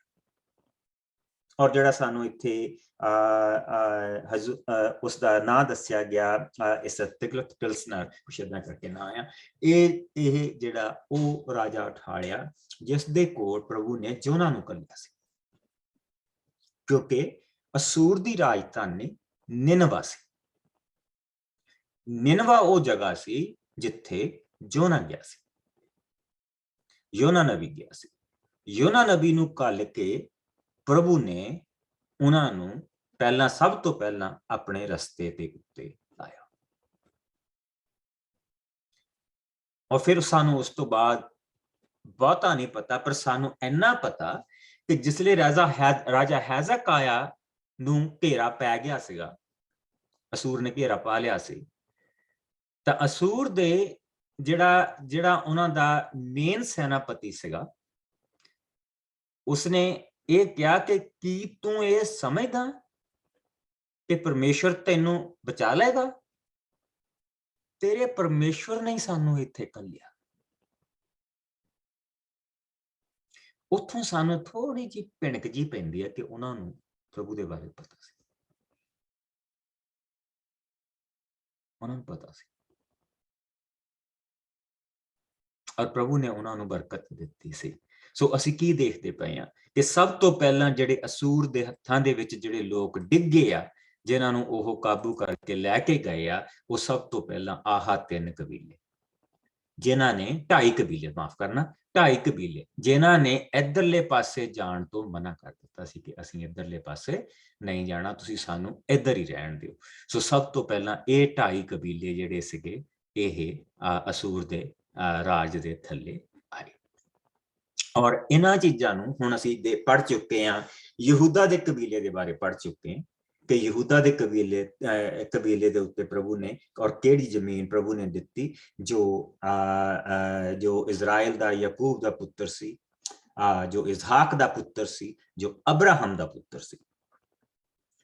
ਔਰ ਇਹਨਾਂ ਦੇ ਪੁਰਖੇ ਦੇ ਨਾਲ ਜਿਹੜਾ ਕੀਤਾ ਵਾਅਦਾ ਆ, ਪ੍ਰਭੂ ਉਸ ਨੂੰ ਪੂਰਾ ਕਰਦਾ। ਸਿਮੀਅਨ ਦੇ ਕਬੀਲੇ ਨੂੰ ਪ੍ਰਭੂ ਨੇ ਇੱਥੇ ਵਸਾਇਆ, ਔਰ ਪ੍ਰਭੂ ਨੇ ਬਿਲਕੁਲ ਦੱਸਿਆ ਕਿ ਇਸ ਕਬੀਲੇ ਨੂੰ ਤੂੰ ਆਹ ਜ਼ਮੀਨ ਦੇਈਂ, ਇਹਨੂੰ ਆਹ ਦੇਈਂ, ਇਹਨੂੰ ਆਹ ਦੇ। ਇਹ ਪਹਿਲੀਆਂ ਵੰਡਾਂ ਪ੍ਰਭੂ ਪਾ ਗਿਆ ਸੀ, ਇੱਥੇ ਇਹਨਾਂ ਨੂੰ ਵਸਾਈ। ਰਾਬੂਨ ਦਾ ਕਬੀਲਾ ਬਿਲਕੁਲ ਨਹੀਂ ਉਧਰਲੇ ਪਾਸੇ ਗਿਆ, ਗਾਦ ਦਾ ਕਬੀਲਾ ਬਿਲਕੁਲ ਨਹੀਂ ਉਧਰਲੇ ਪਾਸੇ ਗਿਆ, ਮਨੱਸੇ ਦਾ ਅੱਧਾ ਕਬੀਲੇ ਨੇ ਉਧਰਲੇ ਪਾਸੇ ਜਾਣ ਤੋਂ ਨਾ ਕਰ ਦਿੱਤੀ। ਔਰ ਇਹ ਇਹਨਾਂ ਦੀ ਸਭ ਤੋਂ ਵੱਡੀ ਬਾਅਦ ਦੇ ਵਿੱਚ ਮਿਸਟੇਕ ਸਿੱਧ ਹੋਈ।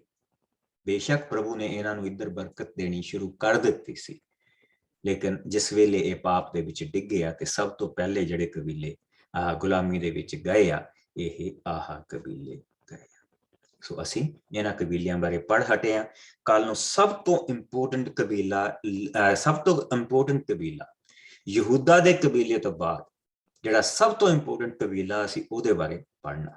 ਔਰ ਤੁਸੀਂ ਦੇਖਦੇ ਪਏ ਆ ਕਿ ਲੇਵੀ ਕਬੀਲੇ ਨੂੰ ਕੋਈ ਜ਼ਮੀਨ ਨਹੀਂ ਦਿੱਤੀ ਗਈ। ਆਹ ਸਾਰੀ ਐਸ਼ਰ ਦੇ ਕਬੀਲੇ ਨੂੰ, ਨਫਤਾਲੀ ਦੇ ਕਬੀਲੇ ਨੂੰ, ਜ਼ਬਲੂਨ ਦੇ ਕਬੀਲੇ ਨੂੰ, ਇਸਖਾਰ ਦੇ ਕਬੀਲੇ ਨੂੰ, ਸਾਰੀ ਪੀੜ੍ਹੀ ਜਿਹੜੀ ਹੈਗੀ ਆ ਇਹ ਬੇਸਿਕਲੀ ਮਿਲ ਗਈ ਮਨੱਸੇ ਦੇ ਕਬੀਲੇ ਨੂੰ, ਗਾਦ ਦੇ ਕਬੀਲੇ ਨੂੰ, ਰੂਬੇਨ ਦੇ ਕਬੀਲੇ ਨੂੰ, ਬਿਨਯਾਮੀਨ ਦਾ ਕਬੀਲਾ, ਇਫਰਾਇਮ ਦਾ ਕਬੀਲਾ, ਦਾਨ ਦਾ ਕਬੀਲਾ, ਯਹੂਦਾ ਦਾ ਕਬੀਲਾ, ਸਿਮਯਨ ਦਾ ਕਬੀਲਾ। ਅਸੀਂ ਲੇਵੀ ਦੇ ਕਬੀਲੇ ਦਾ ਨਾਂ ਕਿਤੇ ਨਹੀਂ ਪੜ੍ਹਦੇ ਪਏ। ਔਰ ਇਸ ਕਰਕੇ ਜਿਹੜਾ ਸਾਡਾ ਕੱਲ ਦਾ ਜਿਹੜਾ ਹਿੱਸਾ ਆ, ਇਹ ਬਹੁਤ ਇੰਪੋਰਟੈਂਟ ਆ। ਕਿ ਪ੍ਰਭੂ ਨੇ ਲੇਵੀ ਦੇ ਕਬੀਲੇ ਨੂੰ ਕੀ ਕੁਛ ਦਿੱਤਾ, ਪ੍ਰਭੂ ਦੇ ਲੇਵੀ ਦੇ ਕਬੀਲੇ ਨੂੰ, ਪੁਰੋਤਾਂ ਨੂੰ ਕੀ ਕੁਛ ਦਿੱਤਾ, ਔਰ ਪੁਰੋਤਾਂ ਦੇ ਲਈ ਉਸਨੇ ਕੀ ਇੰਤਜ਼ਾਮ ਕੀਤਾ।